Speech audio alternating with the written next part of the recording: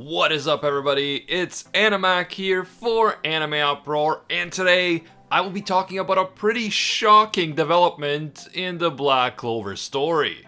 A brand new magic spell has just been revealed, and this type of magic could potentially completely change the game in Black Clover. This could throw the so-called stage system or tier system completely out of whack. And what we just witnessed could have major implications for how the current arc in the story will ultimately end. There is a lot to talk about, the stakes have never been higher, so let's get into it. If you enjoy the Black Clover content on this channel, please leave a like to let me know, it really does help. And if you happen to be new to AnimeUproar, don't forget to subscribe and hit that notification bell to turn on all notifications. A big thank you to all of our AnimeUproar patrons who make videos like this one possible. With the current global crisis, YouTube has been even less reliable than usual, so your help now means more than ever. I'll talk more about Patreon at the end of the video, but please be advised that this video will contain Black Clover manga spoilers. We're dealing with the most recent events in the story, so please proceed with caution, you have been warned. As you will recall, the previous installment of the story ended amid the high-stakes battle between Luck Voltia and Simpkin the Vanica Simp, a man who I lovingly refer to as Simpkin. At the beginning of their fight, Simpkin had made it clear that Luck doesn't stand a chance against him because Luck is a stage 1 mage and Simpkin is a stage 0 mage. According to Simpkin's logic, this means that he is out of Luck's league and there is absolutely no way that Luck can win this fight. More on that later. The latest chapter actually begins with a flashback to the time skip period during which the Clover Kingdom Magic Knights were training together with the Spirit Guardians of the Heart Kingdom. You will recall that the Heart Kingdom mages use different types of magic from the magic of the Clover Kingdom, and the Heart Kingdom mages place a special emphasis on harnessing the mana of nature. Since Gaia had said that the Heart Kingdom's magic techniques work best with nature-based magic attributes, Asta brings Luck, a lightning magic user, and Magna, a flame magic user, to be trained by Gaia himself. Gaia agrees, but he says that first and foremost, the mages need to learn to create runes from natural mana. If they cannot create these rune circles, they will not be able to harness the mana of nature. This rune magic was first revealed to us back when Gaia was introduced to the story, and since then we've seen a number of mages successfully using it. However, it turns out that while Luck has a natural instinct for rune magic, Magna is unable to learn this type of magic because his mana is just too low. Magna is apparently a stage 5 mage, and in order to use rune magic you need to be at least a stage 3. Magna walks out angrily and says that he will just get stronger on his own. Asta feels bad for him, but Luck tells Asta to leave Magna alone. Luck says that if this stops Magna from getting stronger, then that is all that he was worth. And I thought that this was a pretty epic friendship moment, to be honest. In shonen manga, where friendship is such a huge focus, you would expect Magna's good friend Luck to also get upset and to tell Gaia that he must either train them both, or Luck will also refuse to be trained by him. But Luck doesn't do that. Luck chooses the more manly, tough love option. He believes in his friend Magna, and he knows that Magna is strong enough to deal with this situation, to learn from it, and to overcome it. Magna doesn't need anyone to feel sorry for him or to show him sympathy. He will use this as motivation and he will find some other way to get stronger. Luck knows his friend well enough not to underestimate his strength, his resolve, and his resilience. And I actually think that this is the sign of a stronger friendship than a friendship in which you feel like you have to white knight for the other person. As Luck's training continues, Gaia teaches him that using runes he can issue simple orders to magic, such as to pursue a target or to grow bigger.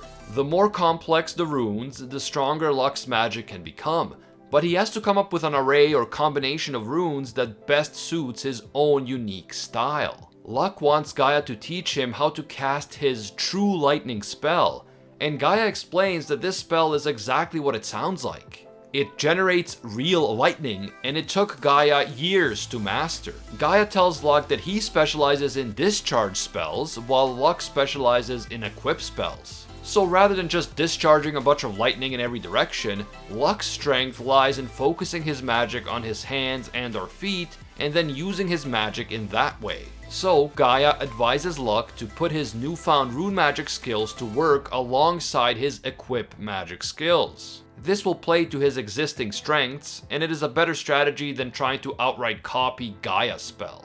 Now back in the present time, we get to witness how exactly Luck has been able to take Gaia's advice and combine rune magic with his own existing magical skills. Luck is shown clearly using various rune circles in battle against Simpkin, but at first it appears as if Luck still isn't fast enough to outmaneuver Simpkin's powerful skin magic. Luck is apparently able to use the runic circles as a sort of springboard in midair. He bounces off of them when he attacks, and they seem to make him faster. In fact, he is actually able to deal some damage to his opponent's stomach, to Simpkin's great surprise. The damage that Luck caused Simpkin isn't that great, but the fact that he was able to deal any damage in the first place tells the villain that Luck has been able to increase his own speed beyond the speed of Simpkin's skin detection. As a result, Simpkin decides to just fully harden his skin right away, which means that no matter how hard Luck tries to hit him, Simpkin's defenses are always going to be at their max.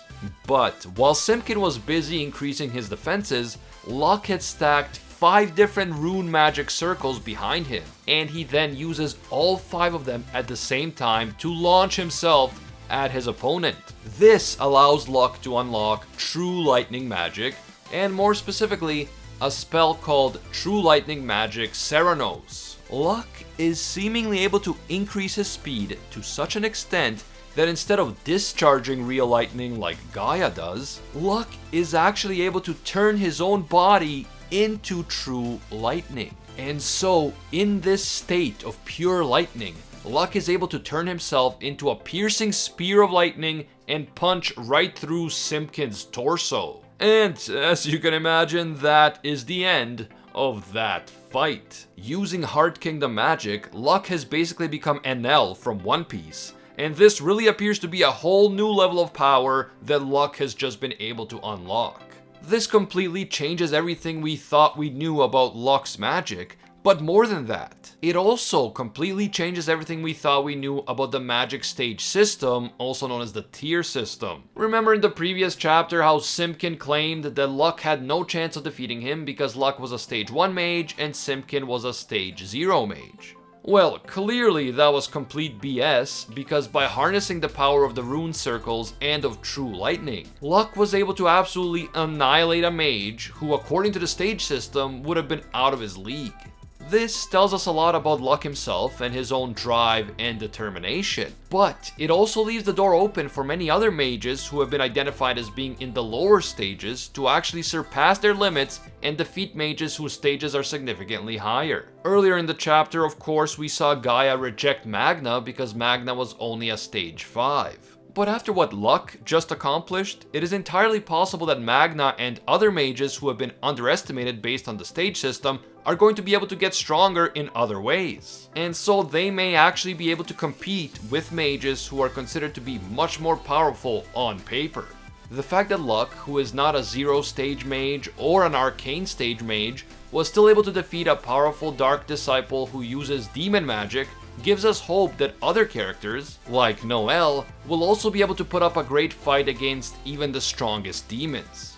This development gives hope to many characters who were completely underestimated by the villains up to this point, and it opens up new potential power boosts and magical advancements in the near future. I was really intrigued and happy to see this turn of events. Luck is an absolute mad lad. His magic is awesome, and I really want to see more of him in action. All of this stuff is setting up an absolutely epic final showdown against the Dark Triad, and I can't wait to see what happens next. The Dark Disciples are very strong, but clearly they can be defeated.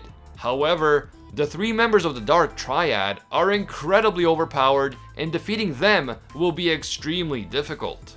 But this new turn of events involving luck and true lightning magic gives me hope that all of our favorite Black Bulls and other characters will be able to get stronger and launch a magnificent team attack against the Dark Triad whenever the final showdown does inevitably occur. And that is going to be absolutely epic, and you guys know how much I love when teamwork comes into play and a bunch of different unique magic all works together for the same cause.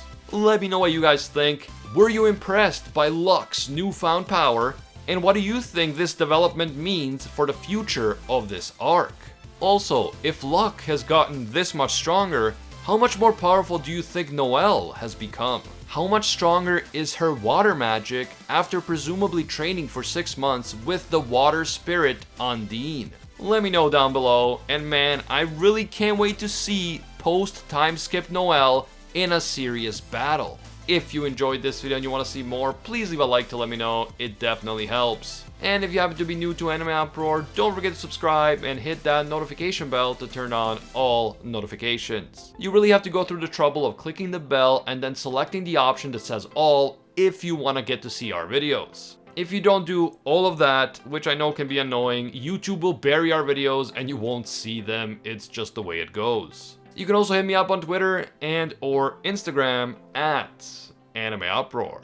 I want to give a big thank you to all of our AnimeUproar patrons for making videos like this one possible. Special thank you to Baby Ray and Efren A, disciples of Lord Twigo himself. And I can't forget all our The One tier patrons, the ones who rise above all other clans, including Ingrata, Alolanatum, The World, Steelers, The School Bus, Tyson Quidino, A Quiet Respect, Pate Heffa, Jonathan King, Desi D, and Brandon Aviles. Finally, big thank you to all of our Pro Hero tier patrons, including the one and only Gilgamesh, Nothing But a Fan, Jason Wilson, King Zeldris, Anatoly Kazatsky, Angel Cruz, Team Sparky65, Rohan Kapoor, Cricket XB, Ted No Ted, Jalter, Joe Stanton, Very Gucci, Alicia Octer, Anamoles69, Jessica Califond, Hinokami and Water, Bonnie Parks, Zodiart12, Rathuin Daora, Emperor Otaku, JCC Waka, The Coach, and Tenno. If you enjoy our videos and you feel that they provide value for you, please consider supporting us on Patreon. Even a single dollar gives you access to our patron exclusive Discord, and your name will appear in our videos along with these amazing people. As always, thank you guys so much for watching, and until next time, see ya, Space Cowboys.